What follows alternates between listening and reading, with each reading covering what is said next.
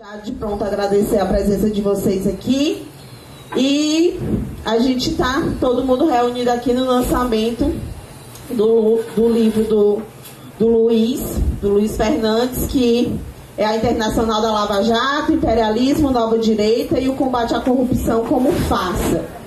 Um livro que foi lançado pela editora Autonomia Literária e que é fruto da tese de doutorado do Luiz, né, que se transformou nesse livro aqui, sobre esse período do Brasil onde a política foi criminalizada, né? E que foi uma operação, acho que todo mundo aqui é bem ciente, que era cheia de PowerPoints e convicções e provas nenhuma, provas zero. Então, esse período que hoje, ainda bem que de alguma forma na época teve uma grande repercussão com o apoio da mídia, mas que hoje o Lula está solto e é o nosso presidente do país. Enfim, sem muitas delongas também, apresentar aqui a mesa, né, uma mesa que aí eu vou jogar um pouco, que eu me sinto honrada de estar aqui, porque eu estou entre amigos nessa mesa aqui. E agradecer ao Luiz pelo convite de vir mediar esse espaço do lançamento dele. E apresentar, eu acho que nem precisa de apresentações, José Genuíno, um grande quadro intelectual e ex-presidente do Partido dos Trabalhadores. Aqui. Melissa, nossa grande intelectual da China, né?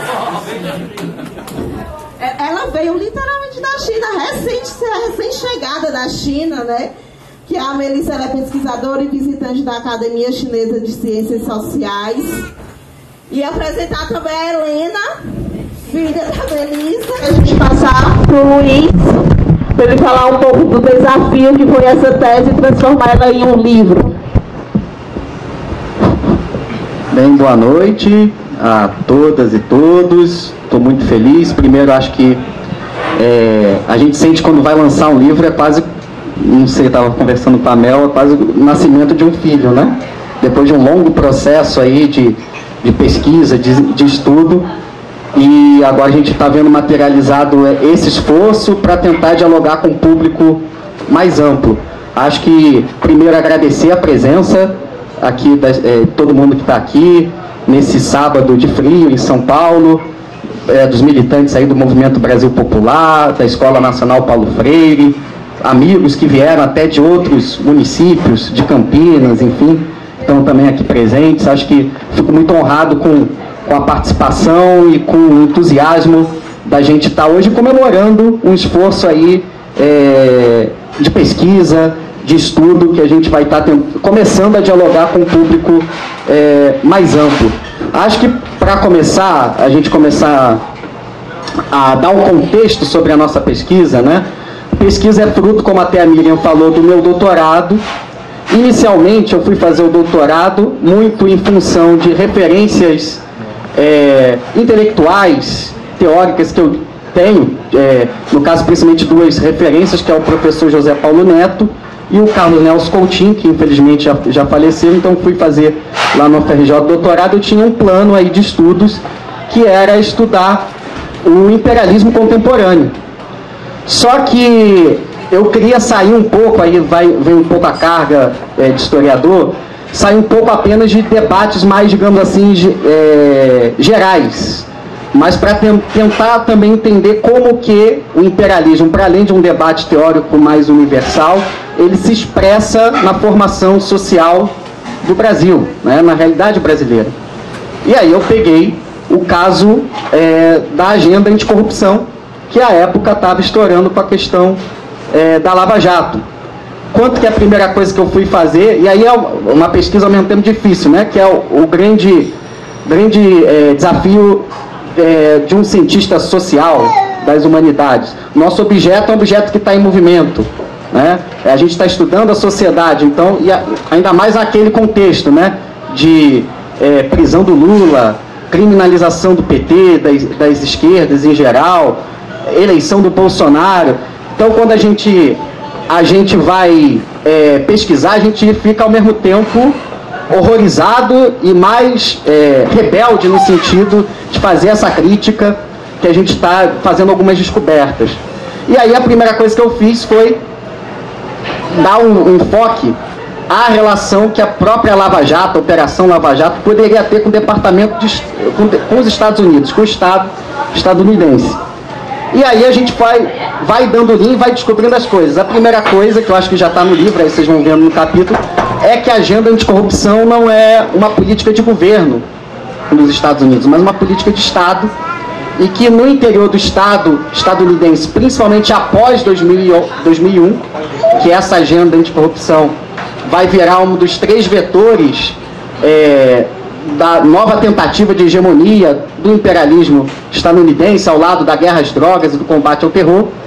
E dentro do Estado estadunidense você tem uma divisão de trabalho com relação a essa agenda que perpassa pelo Departamento de Estado, pelo Departamento de Justiça, pelo DHS, que é o que depois de 2001 centralizou a inteligência e tem a ver com a espionagem, pelo Departamento de Tesouro, que aplica as sanções econômicas.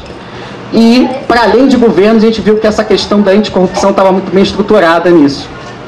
E a segunda coisa, e aí isso depois foi até essa política anticorrupção com um claro laboratório dentro desse organograma do Estado estadunidense, um claro laboratório, principalmente na década de 10, e o principal laboratório aqui é a América Latina.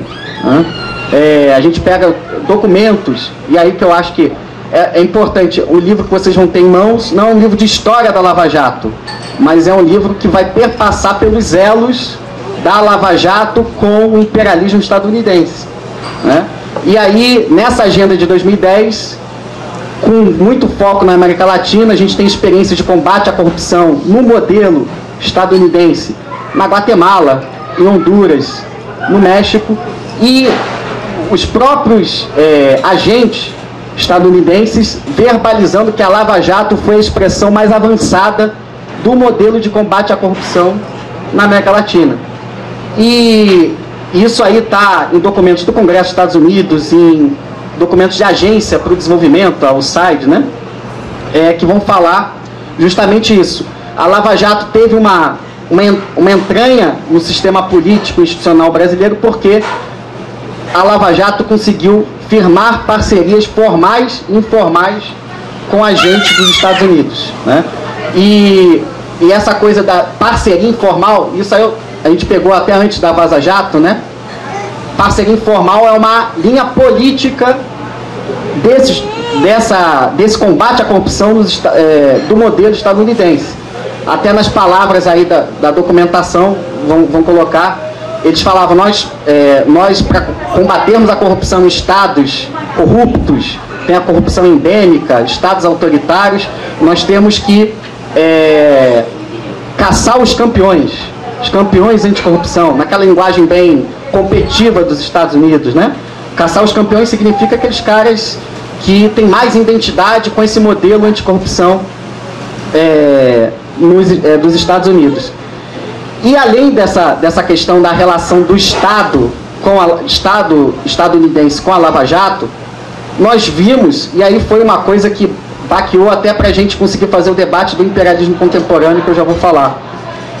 A gente viu que, além desse esforço Estado, entre agentes públicos, digamos assim, há uma rede transnacional que a gente pode falar de diplomacia privada, que envolve tanques de pensamento, ONGs transnacionais, que vão vincular os agentes, digamos assim, externos com os agentes internos.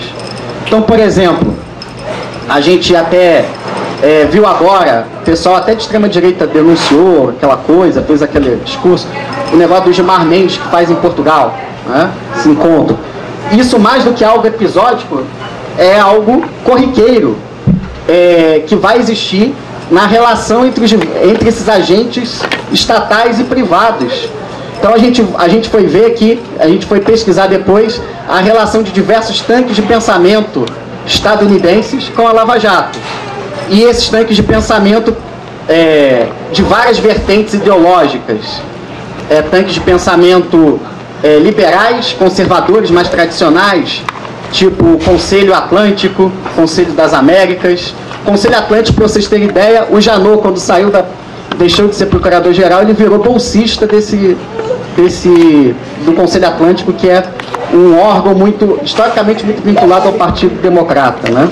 O Moro e o Dallagnol, muito vinculados aos tanques de pensamento dessa nova direita, neoconservadora e também ultraliberal. Muitas das entrevistas que a gente vê do Moro indo para Nova York, aí sai no jornal, né? Moro foi receber homenagem. A homenagem que ele recebia, por exemplo, era o prêmio Milton Friedman do Cato Institute de Nova York. Né? Milton Friedman, para quem não sabe, é um dos ideólogos do neoliberalismo, foi ministro, né? ou conselheiro econômico do governo Pinochet, no Chile, e ganhou, o Moro ganhou o prêmio Milton Friedman do ano pelos serviços prestados na Lava Jato.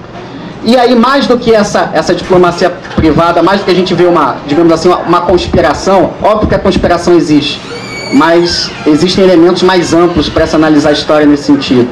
A gente parte de uma análise que essa relação que existe entre agentes público-privados, nacionais e estrangeiros, formam hábitos, né, em comum entre esses agentes que vão compartilhar visões de mundo parecidas.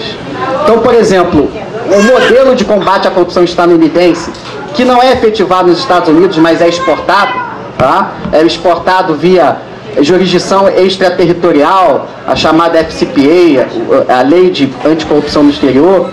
Ele tem como pressuposto que para combater a corrupção tem que privatizar.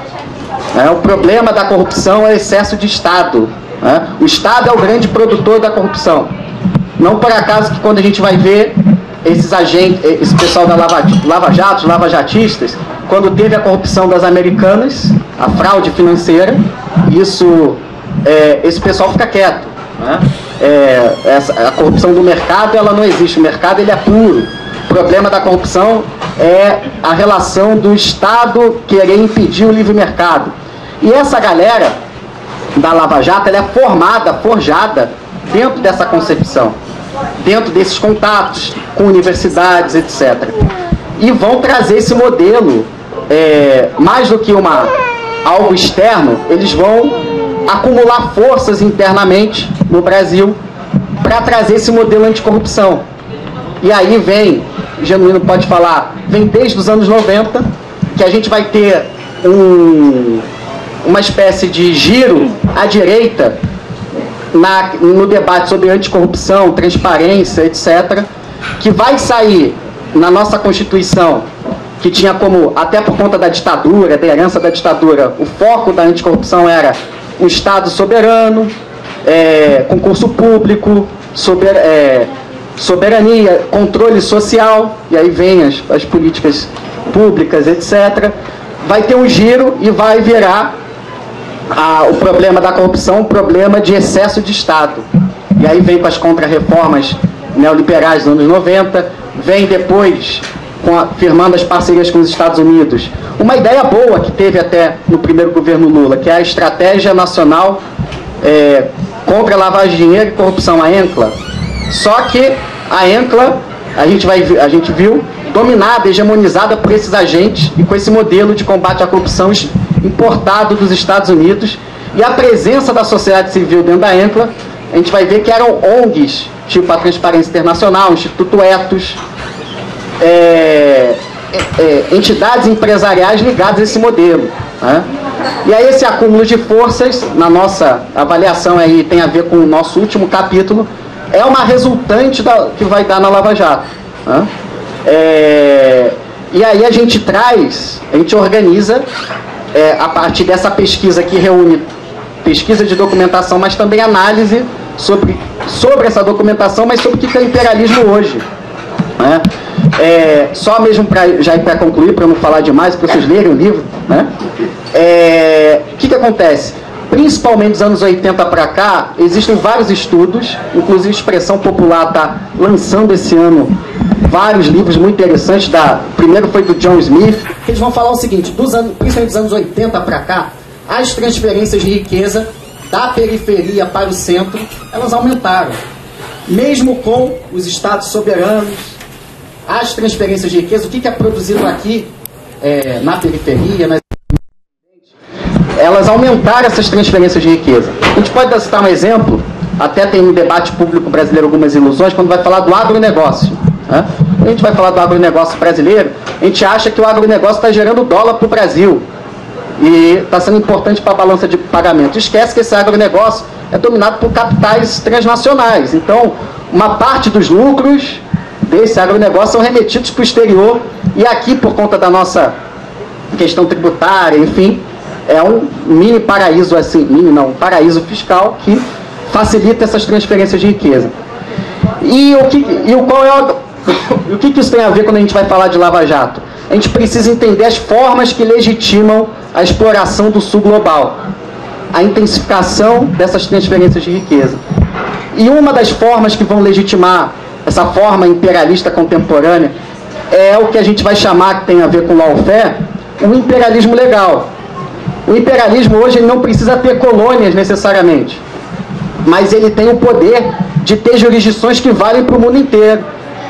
Que são um exemplo maior que enquadrou a Petrobras, a Embraer, outras empresas brasileiras, é a lei anticorrupção no estrangeiro, nos Estados Unidos, que começou lá nos Estados Unidos para combater a máfia e dos anos 2000 para cá, principalmente, virou um mecanismo de guerra econômica, geopolítico dos Estados Unidos. Então, esse poder extraterritorial legítimo que vai ter via jurisdição, via organizações multilaterais, né? Inclusive, eu conheci a Melville Elias, e porque durante a pesquisa eu me deparei no departamento de justiça no Brasil, nos Estados Unidos. Tem um departamento que é só anti-China. E esse departamento anti-China era para pegar as empresas chinesas, na verdade era para pegar as empresas que estavam comercializando, tendo negócios com empresas chinesas, porque a empresa chinesa não enquadra na FCPA, porque não tem ações nos Estados Unidos, em Nova York, né? Em outras bolsas lá nos Estados Unidos. E aí eu fui perguntar para Mel como que as empresas chinesas se defendiam desses mecanismos, que tem como se defender, não é uma coisa abstrata, não é um processo histórico único, né? Tem como você lutar contra. E aí, nesse sentido, nós pegamos para entender essa forma imperialista contemporânea, sendo esse imperialismo legal uma das suas facetas, ao lado de outras, né? Mas um desses instrumentos que vão legitimar essas transferências de riqueza.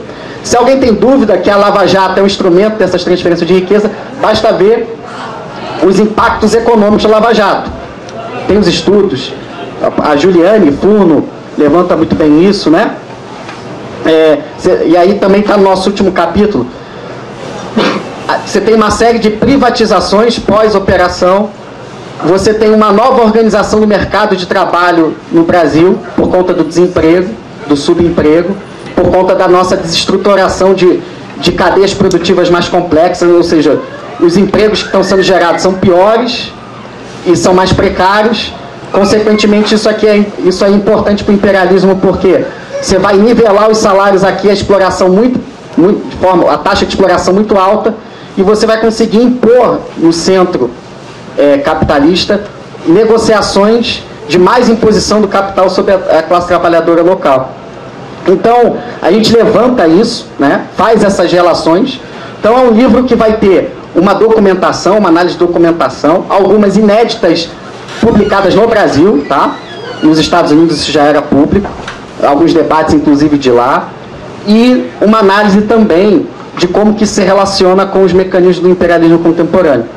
E por fim, só para destacar, é um livro também que é pesquisa acadêmico, mas é um livro de um militante. Eu não tenho vergonha, tem gente que vai para a academia, né? Tem vergonha de vir acadêmico e deixa de ser militante, né? Ou acha que é um acadêmico antes de ser militante. Eu estou fazendo agora 1/3 que eu espero da minha vida de militância, completando 20 anos de militância. Espero chegar, né? Lá na frente, continuando do mesmo jeito. E muito me orgulha esse livro também ser fazer o bom combate na luta das ideias como militante. E você ser militante não impede de você ter reflexão teórica, ter rigor com as fontes, etc. Muito pelo contrário. Acho que a gente está se propondo a fazer um grande debate na grande política, enfim. E por fim, mais uma vez, mesmo, agradecer muito, que eu não acabei me falando no início, o Genuíno por estar aqui. Na verdade, ele me conhece há um mês, mas desde que a gente faz política, desde pequenininho, né, a gente conhece o Genuíno. Genuíno, me honra estar aqui porque ele, além de ser uma grande figura da política brasileira, ele foi vítima desse processo, né? E mesmo sendo vítima, com a capacidade de refletir sobre e de estar contribuindo aqui para o debate. Então, além disso, contar aqui com um dos heróis da classe trabalhadora muito me orgulha. Também agradecer a Melissa, muito importante, me ajudou muito no doutorado, com essas trocas sobre a questão da China, enfim. E acho que revela um pouco que a pesquisa, ela não é individual, ela também é um processo coletivo. Mas como que a gente está publicando nosso nome?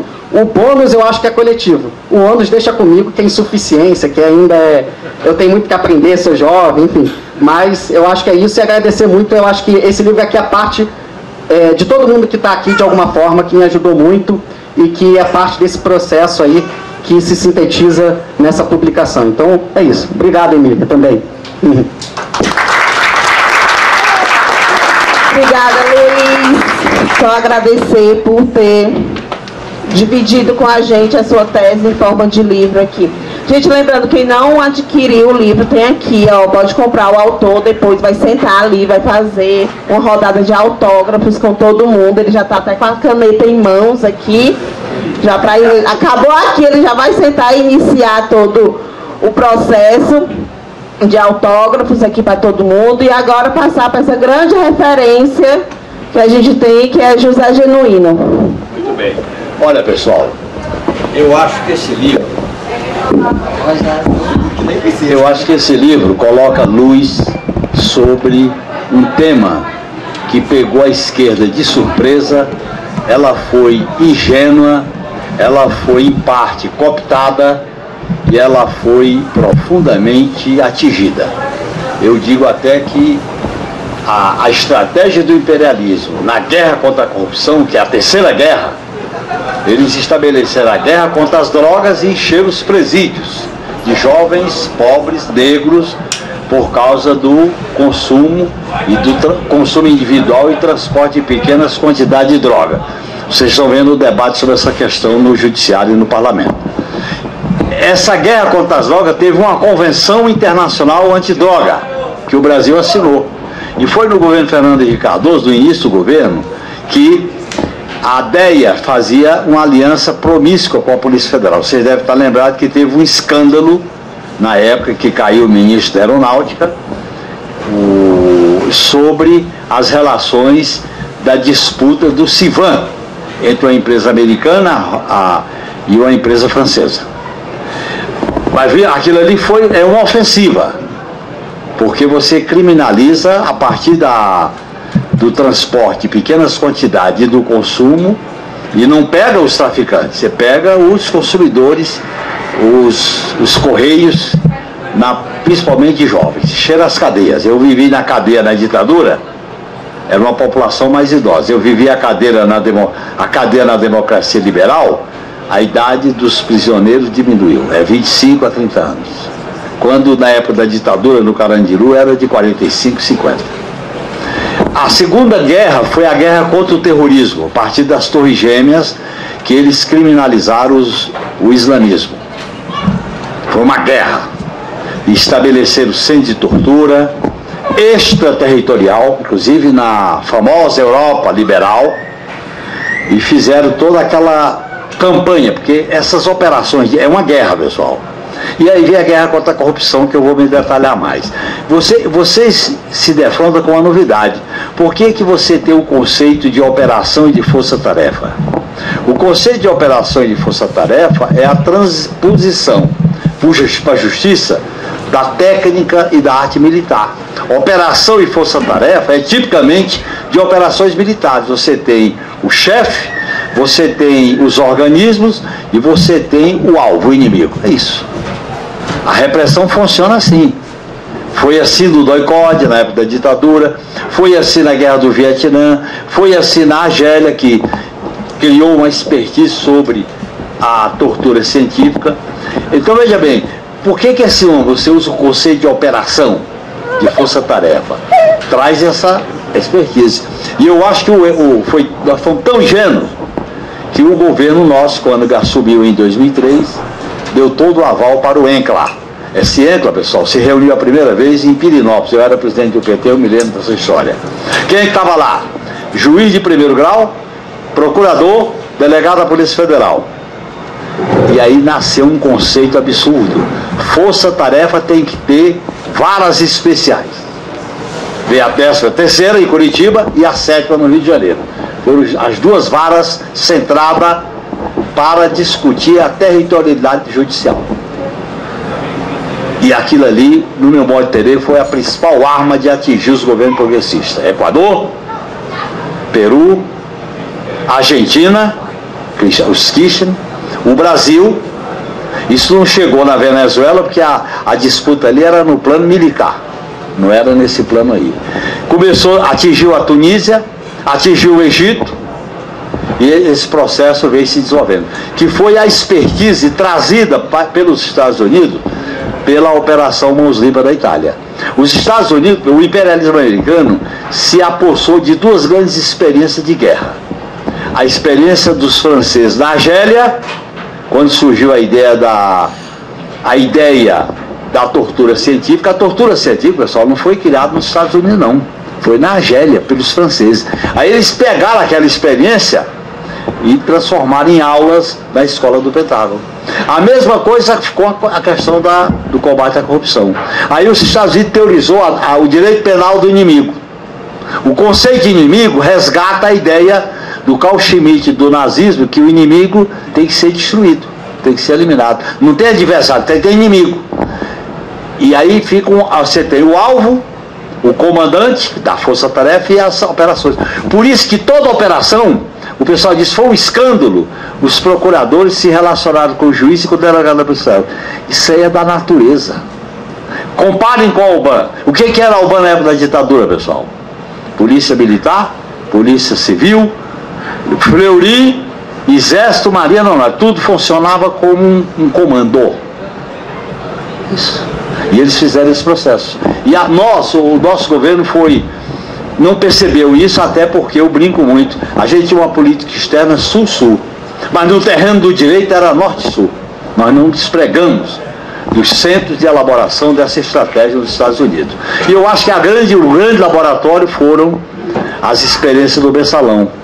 Porque o comandante-geral, o relator-geral, que vocês me permitem, eu não vou citar o nome dele aqui, ele fez curso nos Estados Unidos e ele trouxe para a expertise do Supremo Tribunal Federal.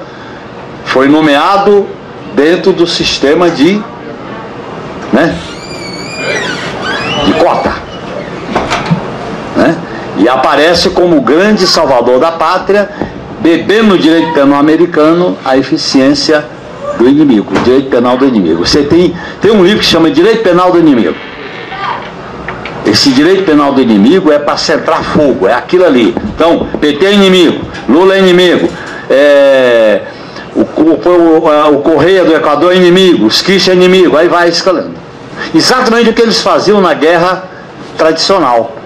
Ho Chi Minh era inimigo, Giap era inimigo, Vietnã, Cuba, Fidel, aí vai assim. Aí agora, qual é a novidade desse processo? É que em vez de matar, em vez de atirar e ter o sangue, e ter o desgaste, e ter soldados e chefes sendo trazidos de volta para os Estados Unidos, não. Eles matam a reputação, as relações políticas, a legitimidade dessas lideranças progressistas. Qual é o objetivo? Debilitar os governos progressistas e fazer a captura econômica. É tanto que aqui no Brasil, esse processo veio com o Mensalão. Eles queriam fazer um acordo com o Lula para não ir para a reeleição em 2006. O Lula foi para cima e ganhou a eleição e foi para o segundo mandato à esquerda. E aí veio todo o processo que desembocou no golpe. E quando o Lula, pelas normas da democracia liberal, Democracia liberal. Elegeu o Haddad da cidade 400, derrotando o Serra. E elege a Dilma. Sem mandato, os caras disseram, não, contra esse cara aí, nós vamos ter que fazer a guerra. E fizeram. Todo o processo tinha um alvo, chegar no Lula. Derrubar a Dilma, para chegar no Lula. Pegar o PT, para chegar no Lula. Por quê? Porque esse modelo de guerra não convive com entidades sindicais fortes, não convive com partidos populares fortes e nem convive com lideranças populares que dialogam com o povo. Por quê, pessoal? Porque o modelo econômico é de terceirizar, barbarizar, precarizar. E aí vem a revolta popular. Por isso que tem que liquidar as referências que vão para a rebelião, para a luta política, etc. Essa é uma estratégia que nós não percebemos, viu, Miriam? Nós não percebemos isso. A gente percebeu isso quando estava sendo sangrado. E aí eles pegam a bandeira da corrupção, primeiro a bandeira da corrupção cola com a história do Brasil, da corrupção ser usada pela direita, como foi contra o Getúlio, contra o Jango, e aí eles resgataram essa bandeira e botaram para cima do PT. E aí dividiu a esquerda. Uma parte do PT ficou na defensiva. Queremos o PT de volta. Era uma bandeira que circulava dentro do PT. Nós éramos execrados. Tem que ter o PT de volta. Movimento social, movimento político, aí veio teve uma eficiência muito grande. Só não cumpriram o objetivo de acabar com o PT, porque por causa da liderança do Lula, ele foi reeleito em 2006. Aí os caras disseram, opa, aí eles buscaram o quê? Acabar com o pré-sal, captura das matérias proteína animal e vegetal, os fundos sociais da Previdência, Saúde e Educação, e precarizar a relação capital e trabalho com a terceirização e a lei que mudou o capítulo 7 da Constituição. É uma estratégia muito engenhosa para a gente entender. E eu acho que o Luiz colocou luz nesse instrumento. Porque se a gente discute a Lava Jato só como um processo jurídico, é equivocado. Não é suficiente. É um processo jurídico, mas esse processo jurídico atende ao interesse estratégico de uma nova hegemonia no mundo. E essa nova hegemonia do mundo é capitaneada pelos Estados Unidos. Quando isso não dá certo, eles vão para o pau. Como estão indo na Ucrânia, como estão indo em respaldar o governo de Israel, como estão indo aqui na América Latina. Olha a situação do Equador, pessoal. A situação do Equador, na época do Correa, era um país, inclusive, que era modelo de segurança para as pessoas visitarem. Agora é o contrário. Olha o que aconteceu com a Argentina. Eles criminalizaram os Kirchner. Olha o que dá. Então, aqui nós estamos nesse dilema. E eu acho que essa discussão é muito importante. É muito importante porque a concepção lavajatista não foi derrotada. Eu digo isso claramente para vocês. Nós atingimos líderes, alguns, mas a concepção jurídica da Lava Jato, não. Vocês viram a notícia ontem, aqui em São Paulo, no meu governo, quem é o superintendente da Polícia Federal de São Paulo? A Lava Jato é uma concepção de justiça emprenhada. Agora, claro, quando você tem um processo como esse, você tem que fazer o enfrentamento político. E eu acho que esse é o problema que nós enfrentamos. O PT sofreu uma guerra. O PT foi vítima de uma guerra. Se levantou quando entendeu que a ofensiva contra o Lula, que era o objetivo estratégico deles, o objetivo deles era isso. Não era eu, Zé Disseu, outro lá. Ali era o começo. Passava pelo governo da Dilma, mas atingiu o Lula. Porque o sistema não convive com uma liderança do tamanho dele. Porque ela se comunica diretamente com o povo. Eles liquidam assim. É um processo, pessoal, muito engenhoso. E eu acho que o Luiz coloca a luz nisso aí. Primeiro que é o Estado Profundo americano, não é o governo. É o Estado Profundo americano, né? É Departamento de Justiça, Departamento de Defesa, FBI, CIA. É o Estado Profundo americano que não depende de quem vai para a presidência. Tem autonomia em relação ao presidente que é eleito do Partido Democrata ou do Partido Republicano. Não interessa. O Estado funciona por si próprio. É igual à guerra. Funciona por si próprio. É um novo tipo de guerra. O lawfare é um tipo de guerra. Tem alvo, destrói e atende interesse econômico. E a grande experiência, o grande laboratório disso, pessoal, veja bem, foi uma disputa com uma empresa francesa, Alstom, em que, da concorrência com os Estados Unidos, que você sabe disso, pesquisou, eles destruíram essa empresa levantando uma denúncia de corrupção. Alstom, né? Alstom. Aí eles ganharam essa batalha e destruíram essa empresa que era concorrente. Então o lawfare funciona para destruir concorrentes, funciona para derrubar governos, funciona para botar o caos. Olha a situação do Peru, pessoal. Quantos presidentes foram detonados, destruídos? Equador. Esse é o problema que nós estamos vivendo. Derrubado do Chaves mesmo, né? Quase. A derrubada do Chaves. Começaram tentando derrubar o Hugo Chávez. É que o golpe não deu certo e o Chávez deu a volta por cima. Esse é o problema que nós temos. Nós temos que entender essa estratégia do imperialismo.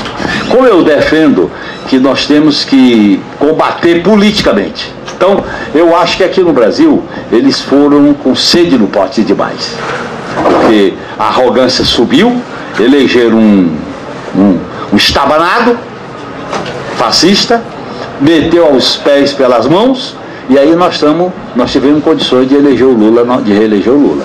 E aí criou uma situação nova no país. Agora, o problema do enfrentamento do Lava Jato está resolvido? Não. Porque, pessoal, o Ministério Público foi contaminado. Totalmente contaminado. Polícia Federal contaminada. Porque é uma concepção, são os novos heróis. Você fala com o procurador, você fala com o delegado, eles se consideram heróis da mudança. Nós estamos consertando a sociedade. A sociedade não vai ser consertada pelo povo, soberania popular, líder sindical, mulheres, movimento negro, movimento sindical, não.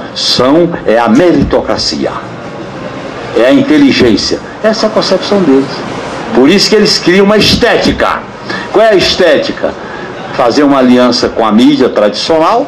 Dessa aliança com a mídia tradicional, eles se vinculam a determinados interesses poderosos. Vocês se lembram aquela resolução que passou despercebida da Lava Jato? Quando eles começaram a fazer as delações e aparecia banco, e disseram, não, com banco a gente não mexe. A gente mexe com empreiteira, com banco não foi? Então, tiraram a resolução. As vinculações com o banco não se mexe, porque mexe no coração do sistema neoliberal do capitalismo. Tá certo? Então esse processo, pessoal, é um processo muito interessante, porque, no meu modo de entender, esse é o grande risco que a democracia corre, porque na esteira do mensalão, da Lava Jato, das operações, veio a extrema-direita. A extrema-direita cria. A Lava Jato foi o laboratório, a Lava Jato foi a incubadora que produziu o pensamento de extrema-direita. Primeiro, a política é criminalizada, isso é fundamental. Por quê? E quando a política é criminalizada, pessoal, ela vai para ser decidida por quem? Banco Central independente, agências independentes. Esse modelo foi o modelo da Europa. Banco Central Europeu, Comunidade Econômica Europeia e o mercado comum europeu. A Grécia fez um plebiscito, a soberania popular escolheu um governo e deram um golpe. Isso. Então é um modelo, quer dizer, é uma nova tática do imperialismo exercer sua hegemonia. E no meu modo de entender, a gente tem feito esse debate que é correto, pelo lado dos direitos individuais, do direito de defesa, do contraditório, do Estado de Direito. Isso é bom, mas não é suficiente. E eu acho, Luiz, que o que você coloca é dar uma amplitude para o pessoal compreender o que é essa nova tática do imperialismo, que é exatamente o tipo de guerra que se desenvolve.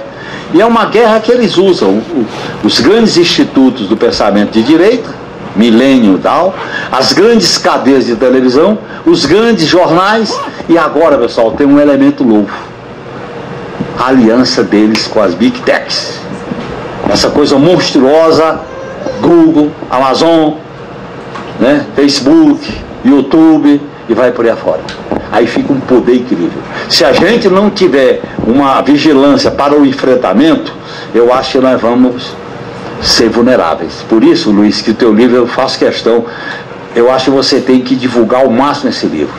A abordagem que você faz nele, eu achei algo parecido, que te falei, eu tenho uma cópia desse livro lá em casa, é o livro do Euclides Mansi, O Golpe. Euclides Manso é um professor da Universidade do Paraná que escreveu um livrão, chama O Golpe. Ele nem editou assim, fisicamente, em que ele mostra com os fatos como é que foi o negócio do pré-sal, como é que foi o negócio da Previdência, como é que era o objetivo em relação à saúde, como é que era o objetivo em relação à educação, como uma estratégia do imperialismo. Por isso que o golpe é isso aí. E tem um outro que é o golpe como intervenção do imperialismo na América Latina. E a América Latina, pessoal, por que a América Latina é o foco principal disso aí? É importante. Por que a América Latina? Porque nós estamos num continente, num subcontinente, que é o mais rico do mundo em água potável, em proteína animal e vegetal, em minério, tem o lítio da Bolívia e o ouro, etc., em água, em petróleo, que é o caso do pré-sal no Atlântico, e alimentos no Pacífico. E você tem 3 formações geológicas: Cone Sul, Amazônia e Cordilheira dos Andes. Esse subcontinente é estratégico para a dominação imperialista. A política dos Estados Unidos de América para os americanos se encaixa perfeitamente. E aí, veja bem, nós temos, por isso que a integração latino-americana, a integração sul-americana é estratégica para você fazer esse enfrentamento. E olha bem, pessoal, quando a gente estava no governo, eu era assessor do Jobim, depois de Celso Amorim, na hora que a gente fez uma reunião dos 12 países que integram a ANASUL, nós tomamos uma reunião consensual e definimos o seguinte: a relação entre nós é de cooperação, dissuasão é para fora. Então não tem briga conosco, a Venezuela, Colômbia, Argentina, Uruguai, Chile, não. Nossas relações se complementam. Agora, para fora a gente faz dissuasão. O golpe quebrou com isso, transformou a Venezuela em inimigo, aí foi, e aí nós temos que recompor isso aí. Então eu acho, viu, Luiz, já falei demais, que você dá uma grande contribuição. E para mim, eu acho que a Autonomia Literária, a Fundação Perseu Abramo, os blogs que eu estou tentando que eles entrevistem o Luiz, eu acho que nós temos que dar luz para esse livro. Porque ele faz uma abordagem de um pesquisador que não é uma abordagem meramente conjuntural, é uma abordagem que dá elementos para se ter uma compreensão estratégica. O que são os organismos multilaterais? Como é que eles agem? Quais são os interesses? Porque quando a gente discute corrupção, a gente fica numa discussão meramente formal. Não é. É um tipo de guerra que eles fazem, que eles, se não resolver, eles vão para a guerra propriamente dita. Portanto, para mim, o lawfare, que o livro coloca muito bem, é um tipo de guerra. Só que em vez de você matar o corpo, mata a reputação. E eu fui vítima disso, porque quando eu fui torturado na ditadura, a tortura começava no corpo e chegava na alma. Na democracia liberal, começa na alma e chega no corpo. É isso. Mas é tortura, é coação, é espetáculo, é destruição, é confusão. É isso que eles fazem. E eu acho que o teu livro, Luiz, é muito interessante. Você vê um cara, um pesquisador jovem, meter a cara numa empreitada dessa, isso por si só já é um puta gesto de militância política. Porque você podia escolher um tema que a pesquisa te desse espaço para todo lugar. Você pega um tema que é de briga. Cutucar o leão.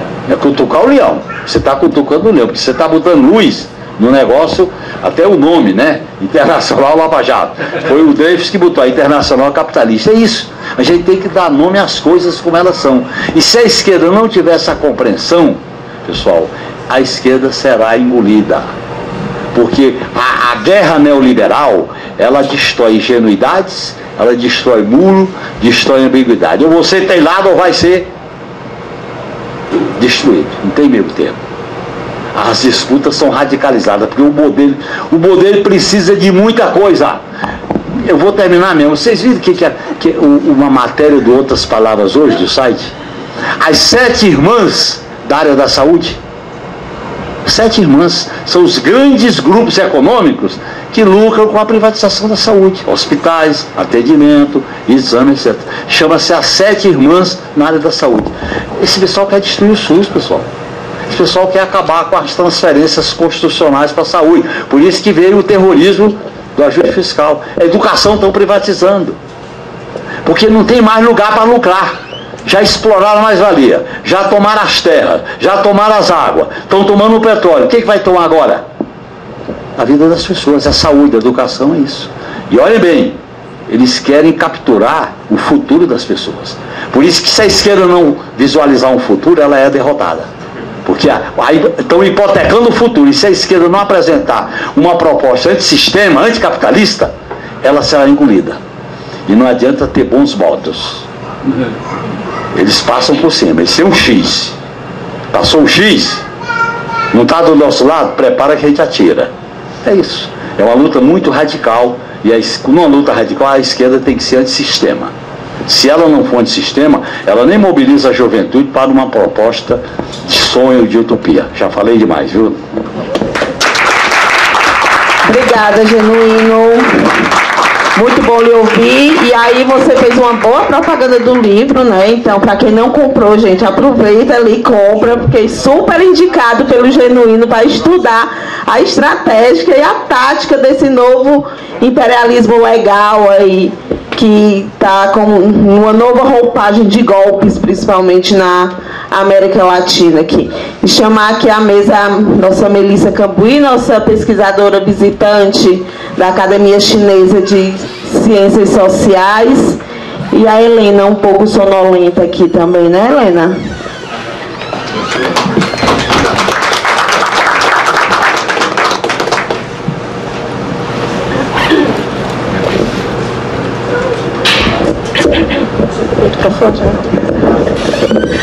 Boa noite, pessoal. Bom, eu sou a Melissa Cambuí, como fui apresentada aqui. Nós acabamos de voltar da China, faz mais ou menos um mês. Fui fazer parte do meu doutorado lá. Atualmente eu pesquiso as instituições de planificação econômica da China. E no mestrado eu pesquisei a regulação do trabalho chinês. Bom, mas primeiro eu queria agradecer profundamente o convite do Luiz. Estou muito feliz de estar aqui celebrando o lançamento desse livro, que é uma obra definitivamente importante. E muito honrada também de estar aqui com o Genuíno, com o Miriam, com o Luiz. Então, obrigada a todo mundo pela presença também.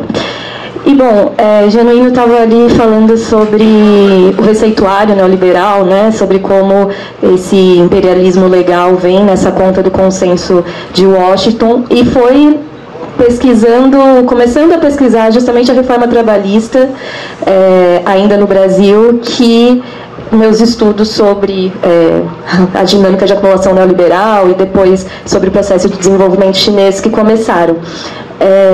E sobre essa faceta jurídica, né, do imperialismo, desse imperialismo legal que o Luiz vai falar no livro dele, eu acho que é importante também lembrar que parte do receituário neoliberal falava sobre o fortalecimento da esfera jurídica, da esfera judicial, e que é também nos anos 90 que os cursos de direito, a quantidade explodem, né? Eu sou advogada, posso falar com alguma propriedade, mas não muito orgulho, que o Brasil é o segundo país com mais faculdades de direitos, mais advogados do mundo.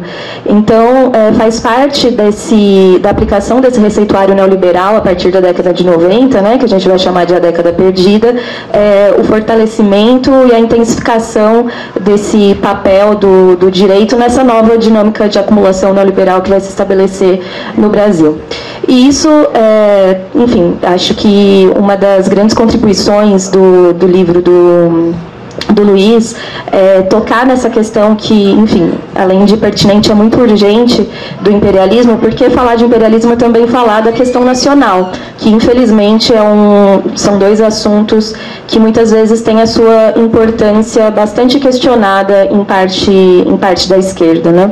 Inclusive, há pouco tempo, eu escutei de um grande quadro publicamente dizendo que no nosso período, nossa preocupação não deveria ser mais com o imperialismo, mas que nesse período a importância era as questões das identidades. E eu acho que é bastante sintomático quando parte da nossa esquerda negligencia a questão do imperialismo, justamente porque a gente acaba, de uma forma bastante sintomática, negligenciando ainda a questão nacional. E esquecendo que as questões do desenvolvimento nos países do sul do mundo, e aí, né, falando também da experiência chinesa, são questões problemáticas e contradições completamente diferentes das outras experiências de desenvolvimento do norte global. Então, a questão nacional continua sendo uma questão central para a gente pensar o desenvolvimento do Brasil e de todos os outros países do sul global. E falar sobre o imperialismo e sobre a luta anti-imperialista definitivamente central para essa luta pelo desenvolvimento no sul global, né? E aí, acho que com o que eu posso contribuir aqui, falando um pouco sobre a China, eu acho que, primeiro de tudo, a China vai justamente se colocar como esse outro horizonte de desenvolvimento, né? Então, a China vai justamente contrariar todo o consenso de Washington que a gente, de uma forma bastante ingênua, se é que a gente pode colocar nessa dimensão, né, acabou aplicando aqui no Brasil. E acho que também ela vai prestando tendo um papel bastante parecido com o que foi o papel do debate e da disputa ideológica que a União Soviética desempenhou, né, durante ali o Fordismo americano, porque vai colocando um outro horizonte de desenvolvimento possível, né? Quando a gente vai, de fato, olhar para o processo de desenvolvimento chinês, a gente vê justamente essa possibilidade de contrariar o consenso de Washington e mostrar que é sim possível um país subdesenvolvido se desenvolver sem adotar esse receituário que foi imposto ao sul global. E, além disso, também acho que é importante falar do papel da China, para além desse novo horizonte que se apresenta, como o país que hoje apresenta possibilidades de cooperação para os países do sul global, também desafiando essa hegemonia do imperialismo, né?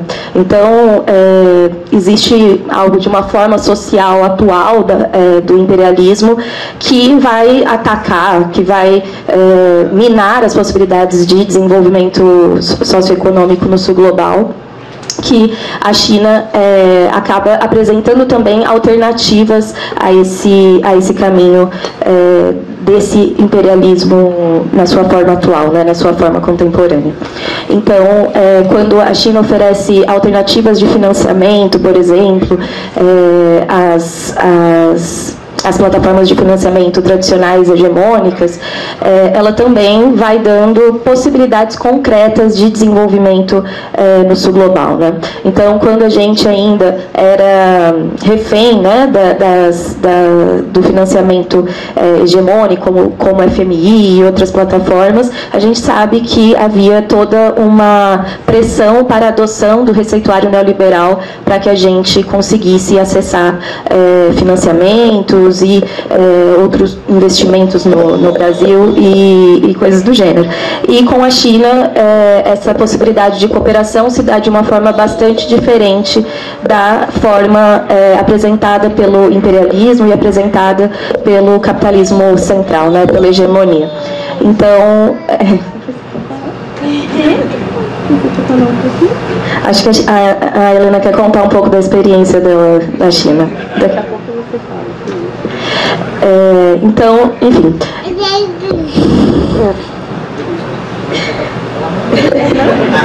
Não, tá bom, daqui a pouquinho, né? Bem, acho que definitivamente é um tema muito pertinente, muito urgente, que foi tratado com uma maestria pelo Luiz, com esse desafio, né, de escrevendo justamente no calor do momento, um tema que é central para o desenvolvimento, para pensar o desenvolvimento do Brasil e pensar qual é o futuro, né, porque, enfim, hoje é muito mais, a gente vê o que se apresenta ideologicamente, é mais fácil pensar o final do mundo do que pensar a superação do capitalismo e dessa forma de se viver, né? Mas eu acho que essas outras experiências do socialismo no mundo, né, seja o chinês, o do Vietnã, Laos e outras experiências que vêm adotando esse socialismo possível e com as marcas do terceiro mundo, vão colocando novos horizontes para a gente que nos mostram que é possível, de uma forma bastante concreta, passar por um processo de desenvolvimento no sul global. Inclusive, tem alguns documentos chineses que eu gosto muito que falam do socialismo como direito ao desenvolvimento no sul global. E eu realmente acredito que é esse o caminho possível para a gente pensar o futuro da humanidade, porque hoje a gente também só não está... A nossa única preocupação não é mais o desenvolvimento econômico do nosso país, mas o futuro da humanidade como um todo. E também tem sido o socialismo que tem apresentado alternativas de desenvolvimento sustentável, de outras formas de industrialização e tudo mais, que também dão respostas a essa demanda de sobrevivência da humanidade, né? Então, existem aí grandes emergências contemporâneas que, bom, ao meu ver, examinar de perto essas outras experiências de desenvolvimento do sul global podem nos dar bastante... jogam luz para um caminho que o Brasil precisa construir para si mesmo, né? E aí, concluindo, eu acho que é importante dizer que a gente não defende uma adoção... uma simples adoção ou transplante de um modelo chinês, até porque não existe um modelo chinês, é algo de uma dinamicidade muito grande, essas décadas de desenvolvimento, mas é importante que a gente se comprometa com a construção da própria trajetória de desenvolvimento brasileiro, né? E a luta anti-imperial, a questão nacional, definitivamente precisam estar no centro dessa agenda, e para isso, com certeza, a obra do Luiz tem uma grande contribuição. Obrigada, pessoal. Família, antes de passar para o público, eu esqueci uma informação que é um dever nosso colocar. Está em curso no Chile um processo de lawfare contra a principal liderança comunista que disputou a indicação para a presidência da República com o Boric. Ele era prefeito de La Rueda, fez um programa de farmácia popular, denunciaram que havia desvio e ele está preso, o Daniel Rude. E se, pela legislação, se ele ficar 45 dias preso, com prisão cautelar, ele perde o direito legal de disputar a sucessão do Boric. É uma liderança comunista que disputou com o Boric a indicação para ser presidente do Chile. E certamente será o candidato da esquerda para a sucessão. Ele está preso agora, está preso. Então, a estratégia do lawfare, ela continua viva. Está acontecendo agora no Chile. O Daniel Rude, inclusive, a gente fez uma manifestação via live de solidariedade a ele. É mais ou menos algo parecido com o que fizeram com o Lula aqui no Brasil. Eu esqueci de colocar isso. Ótimo. Obrigada, Melissa. Obrigada, Helena, pela participação aqui no debate, no lançamento do livro. Gente, a gente conversando aqui, batendo uma bola com o Luiz, a gente vai abrir para umas 2, no máximo 3 comentários rápidos aqui, para a gente não passar muito do tempo. Então, se alguém quiser fazer algum comentário sobre o debate, ou mesmo se alguém já leu o livro antes e quiser comentar alguma coisa, está aberto o microfone aqui para uma forma rápida, um comentário rápido.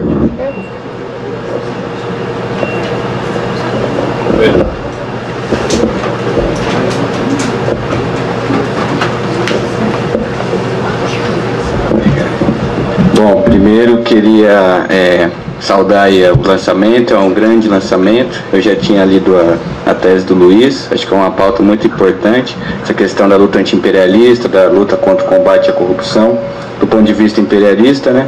Mas queria que o Luiz comentasse um pouquinho, além da questão do Chile que o Genuíno colocou, parece ter uma tentativa também de impedir o Evo, né, de ser candidato via Tribunal Superior lá na Bolívia. Tentaram fazer isso com o Petro no começo, mas a força popular dele foi muito grande, né? E a gente também deve ficar alerta, porque pode até surgir contra o Melenchon também. Mas queria comentar um pouquinho essa questão da Bolívia e um pouco do Chile também, que eu aproveitar a bola que o Genuíno levantou. Valeu. Obrigada. Mais alguém, gente? Rapidinho. Vou pegar o microfone, acho que é mais aqui também saudar a mesa e em especial ao Luiz, que é um companheiro nosso no MPP, da construção do nosso movimento, e dizer que eu acho que o esforço de sair da academia e jogar para um livro que abre uma discussão política, né, joga para as organizações um debate que é tão importante para nominar os nossos inimigos, e que acho que a gente está habituado a esse debate fica tão restrito aos intelectuais, digamos assim, acadêmicos, mas que o horizonte é de transpor isso, né? E eu acho que assim, ele faz muito em publicar e abrir aqui esse lançamento. Eu acho que o que o Janine falou da nossa tarefa política de criar muitos lançamentos de outros estados, de criar espaço de discussão, porque esse papel político de educação sobre o que foi a Lava Jato, o que é a ofensiva do imperialismo hoje, é uma tarefa de formação e pode ser massificada. A gente tem a Venezuela, talvez é o principal exemplo mais longo que a gente tem na América de denúncia, de tornar público o debate do que o imperialismo faz com os países latino-americanos. E recentemente a gente tem, né, aí o Petro talvez como outro exemplo de denúncia também dessas ofensivas contra o governo popular, e que a gente sente tanta falta no Brasil desse papel mais político que extrapole o ambiente jurídico, esse debate do que foi a Lava Jato, porque impacta a vida de todo mundo, impacta todos os nossos aspectos da vida e do trabalho político que as organizações constroem, né? Do trabalho mais de base popular, carece de elementos dessa leitura mais estruturante. Então, muito obrigado, foi incrível aqui ver esse espaço. Eu acho que é uma tarefa de oxigenar as discussões nossas, também trazer e não ficar só no imperialismo do passado, né? Uma coisa como se estivesse ultrapassado. Obrigada, Davi.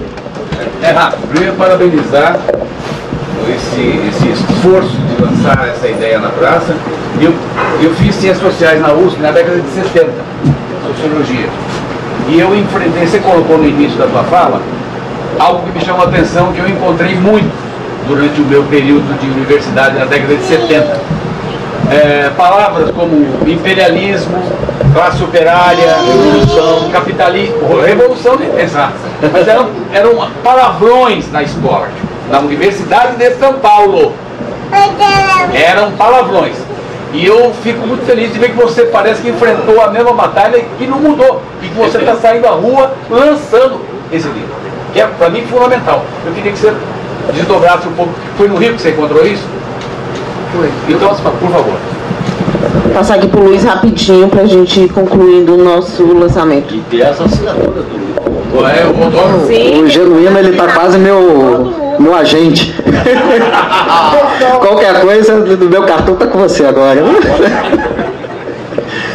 Então, gente, eu tava até um pouco nervoso nesse início, e aí eu esqueci de comentar uma coisa que o Luquinhas, também amigo aí de longa data, levantou a bola, que era sobre as novas possibilidades da Lava Jato.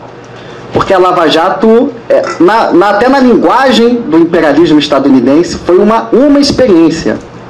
Né? Uma experiência de combate à corrupção. E podem ter outras. Né?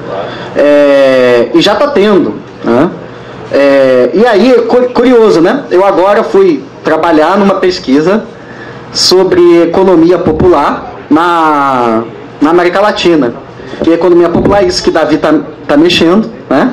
É a construção de cozinhas, é a solidariedade de povo com povo.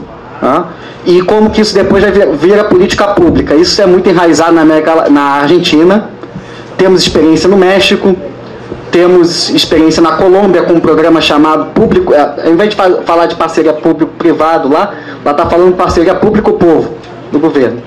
E no Chile, na prefeitura de Recoleta, com a liderança lá do Partido Comunista, também vários programas aí de incentivo à chamada economia popular e essa solidariedade de povo com povo.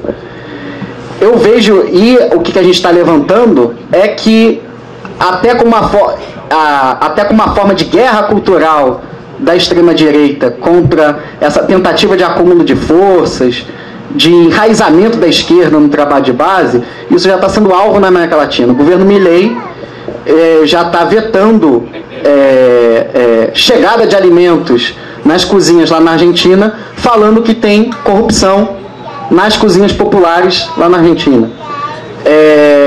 Na Bolívia ainda não tem tanta informação, tá, Luquinhas? Na Colômbia, o alvo está sendo também a parceria público-povo. Né? Veja que aí já é onde... Veja, a Lava Jato teve uma inclinação econômica bem clara nas cadeias produtivas nacionais. A Carol Proner também mapeia que aqui no Brasil, além dessa questão, aqui no Brasil, essa questão sobre economia popular, solidária, como a gente queira chamar aqui, teve já como alvo, agora recente, os agentes populares de saúde. Né? Saiu até reportagem na Folha sobre, foi para o TCU analisar risco de dito corrupção. Né? Então isso é uma forma, também essa combate à corrupção é uma forma de criminalizar a esquerda. Tem o braço econômico, né? Muito claro, qualquer projeto soberano de desenvolvimento, né? E também de criminalizar, e também de essa criminalização da política em geral. Então, a Carol Proner, até voltando, ela tem um grupo de pesquisa só sobre isso. Ela fala que uma porta de entrada do imperialismo legal que eu falo, ou do lawfare, também pode ser a questão ambiental. Ela está mapeando isso, que é uma questão que tem uma legislação extraterritorial muito grande, e que a gente aqui está caminhando, porque uma discussão que tem do direito, eu não sou direito, não se me corrige, tá? É uma visão, digamos assim, mais kantiana do direito internacional, como fosse, ou como pressuposto do direito vai ser a nossa soberania. Então, me corrige também. Então, tem esses debates enfrentando sobre essa questão da legislação ambiental também. A Carol Proner tá mapeando isso. Então, o livro também serve como alerta. Figuras públicas da Lava Jato foram desgastadas. O Moro, para vocês terem ideia, até uma pergunta que eu faço, não sei se vocês viram, ainda existe muito lavajatismo encastelado no Estado, mas também tem força um pouco fora dele. Um pouco não, tem força fora dele. Basta lembrar que na tentativa de cassação do mandato aí do Moro, alguém viu o editorial do Globo sobre? O editorial do Globo estava defendendo a continuidade do mandato do Moro, né? Que era um absurdo caçar o Moro. Então, é muito cedo e perigoso a gente decretar derrota total do lavajatismo. Eu falo que eles tiveram uma derrota parcial com a eleição do Lula, mas nós temos que fazer um enfrentamento aí político, ideológico, para a gente conseguir, para a gente combater essa concepção de combate à corrupção, que tem impacto aí na nossa luta política, econômica, acúmulo de força social muito grande. Então o livro também põe luz nisso, como um esforço também de militância mesmo. Mas, mais uma vez, uma militância que tenta fazer esse debate com rigor e também com acúmulo teórico, né? E sobre essas categorias, 10 anos atrás o imperialismo parecia que não existia mais. Até nos debates de esquerda. Era mundo globalizado, inserção compartimentada, todo mundo... A gente vai negociar, etc. Não tem hierarquia no mercado mundial. E, curiosamente, a gente se deparou, isso não está no livro, talvez esteja em uma publicação mais para frente, você tem nos últimos 10 anos no sul global, aí o pessoal da ALBA, do Tricontinental, está muito orgânico nisso, de novas reflexões sobre a forma contemporânea do imperialismo, e com protagonismos de intelectuais orgânicos do sul global. Podemos pegar na Índia, de estudiosos que estão nos Estados Unidos, mas são de outros países, a Suande, que é da Indonésia. Então você tem um esforço aí para entender esse imperialismo contemporâneo, que vai combinar desde as formas passadas, basta ver a situação da Palestina, que é uma situação colonial, né? Mas também com novas formas aí de legitimação dessas transferências de riqueza, e o combate à corrupção no modelo estadunidense. É bom sempre falar, a gente não está defendendo aqui que tenha corrupção, que tenha roubalheira, aquela coisa. A gente está falando de um modelo de combate à corrupção específico, que na verdade não combate a corrupção. Até uma das coisas que a gente quer cruzar daqui a pouco, mas precisa ter estrutura para isso, pega os impactos econômicos da Lava Jato, a gente até falou no podcast, né? No Rio de Janeiro, da destruição das cadeias produtivas nacionais, o que entra ali no lugar? É o crime organizado. Claro. São as milícias. Itaboraí. O que era Itaboraí? Complexo petroquímico, etc. Enfraqueceu aquilo ali. O que entrou no lugar? Milícia. Né? Então, esse modelo de combate à corrupção, na verdade, é um modelo corrupto e que impulsiona até mesmo o crime organizado. Terreno para o crime organizado. Então é isso. Agradecer mais uma vez e vamos seguir aí o debate, o diálogo. A gente sempre está aberto, tá? Para falar mal do Moro e da Dallagnol, podem me chamar, que eu estou aqui. Tá bom? Obrigada, gente. Comprem um livro, quem ainda não comprou. O Luiz vai aqui autografar todo. Agradecer aqui o Sol e Sombra pelo espaço. Agradecer a Autonomia Literária por ter promovido esse lançamento. Agradecer ao Genuíno por ter vindo aqui contribuir e nos ensinar muitas coisas, como sempre faz. Ao Luiz, que pegou a sua tese e transformou ela em livro. A Melissa também, com a Helena, que veio aqui nos ajudar e trazer um pouquinho sobre o debate do desenvolvimento chinês aí. E, finalmente, agradecer a todo mundo. Vamos agora conversar entre si, tomar uma cervejinha e aproveitar esse sábado. Obrigada, gente. Divulgar o livro. E divulgar o livro, viu, gente? Vamos divulgar aí o livro amplamente, né? Porque, como foi falado aqui, um espectro ruim da sociedade não é bom, porque é o espectro do lavajatismo, que tem que ser combatido. Então, vamos ler e divulgar esse livro. Obrigada. Valeu.